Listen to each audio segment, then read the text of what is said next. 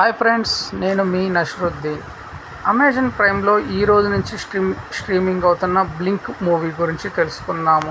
ఈ మూవీ గురించి తెలుసుకోబోయే ముందుగా నా వ్యూవర్స్కి కానీ సినిమా లవర్స్కి కానీ ఈ సినిమా గురించి తెలుసుకోవాలనుకునే వాళ్ళకి ఒక చిన్న విన్నపం.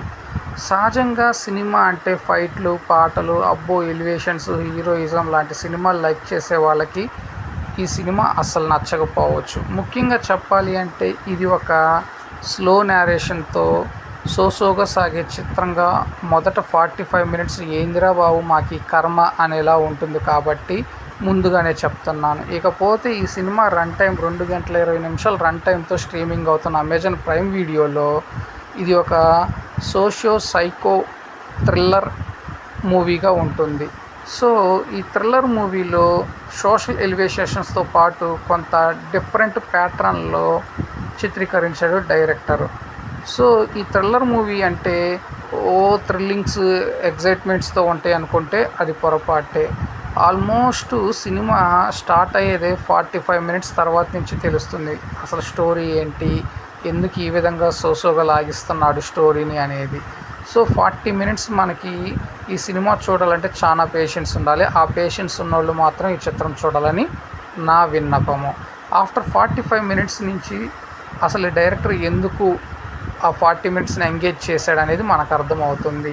ఆ తదనంతరం వచ్చే ట్విస్ట్లు కొంత ఊరటనిస్తుంది.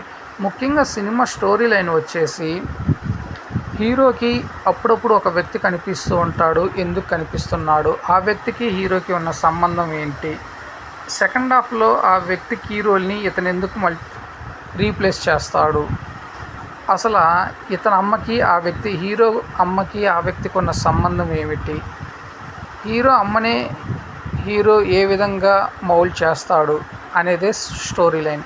సో ఇది ఫ్యామిలీతో కలిసి చూడవచ్చు అంటే చూడవచ్చు, ఎటువంటి అడల్ట్ కంటెంట్ అయితే లేదు. కాకపోతే క్లైమాక్స్లో వచ్చే ఒక డిఫికల్ట్ ఐడియాలజీ అనేది మనకు నచ్చకపోవచ్చు.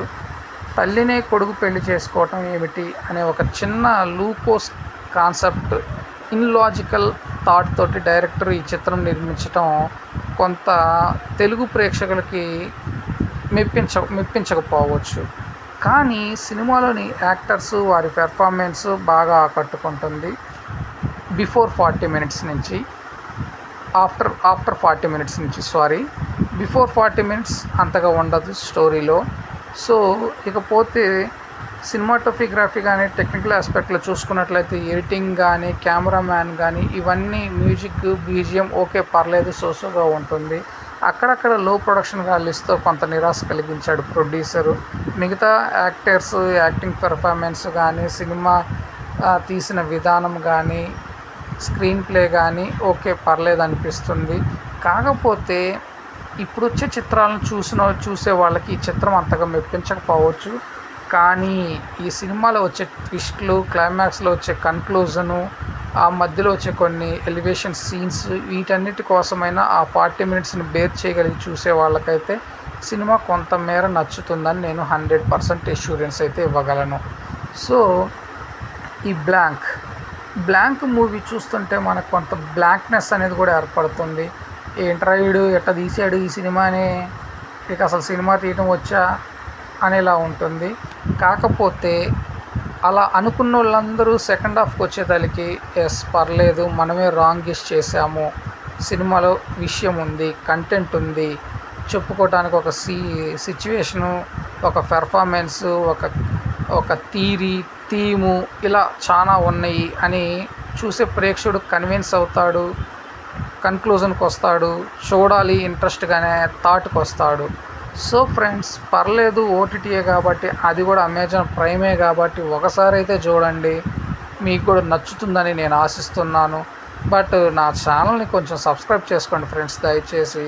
నేను ఇచ్చిన రివ్యూ మీకు నచ్చినట్లయితే షేర్ చేయండి, లైక్ చేయండి, కామెంట్ చేయండి, సబ్స్క్రైబ్ చేసుకోవడం మటుకు మర్చిపోకండి.